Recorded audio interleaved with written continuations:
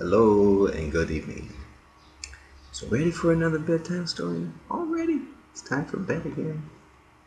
Let's get started. So this story is called Peter and the Giant. So let's get tucked in your bed, get comfortable on that pillow, and let's begin to read. Peter looked at the giant. The giant looked at Peter.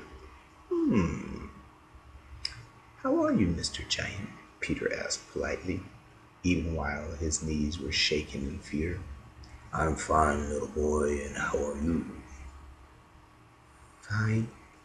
They stared at each other and then both started talking at once. Who are? Speak, little boy, the giant said. How did you come here? I never seen you before. Peter said, still afraid. I was just passing by. What's your name, child? Peter.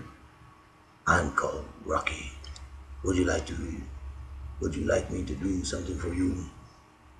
Oh no, I can't ask you to do anything for me. Peter was amazed. I don't mind. I like to help. It must be very hard to be a human, isn't it? Peter had thought about that before. No, I like being human, although, he added, being a giant must be cool. No, I'm not cold, Peter. Oh no, I mean it must be really nice to be a giant. Oh yes, it is. Now why don't you come with me? I'll take you back to my home. You can see where I live. Peter nodded, and the giant lifted the little boy onto his huge shoulder. Soon they were striding down the street Peter lived on, and then suddenly appeared in a large valley filled with enormous homes. Giants moved around everywhere, doing normal, everyday things that Peter and his family and friends did too. Some were walking to work in the field, some were hanging up clothes to dry. Children played. Peter imagined they must be child giants as they were much smaller than the other ones, although still larger than him. How did we suddenly come here, Peter demanded of Rocky. We are magical people, so we live in magic land, Rocky said. You can do magic? Asked Peter, wondering. Oh yes, I can. It's lots of fun. You should try. I can't do magic. I've tried, Peter said sadly. If you were a giant, you could. You could become a giant. Come on, become a giant. Become a giant. Become a giant. Peter woke up screaming, Become a giant! His mother came running into his room. Peter, what is it? Did you have a bad dream? Yes, I think so. Well, Mother, I thought it was real.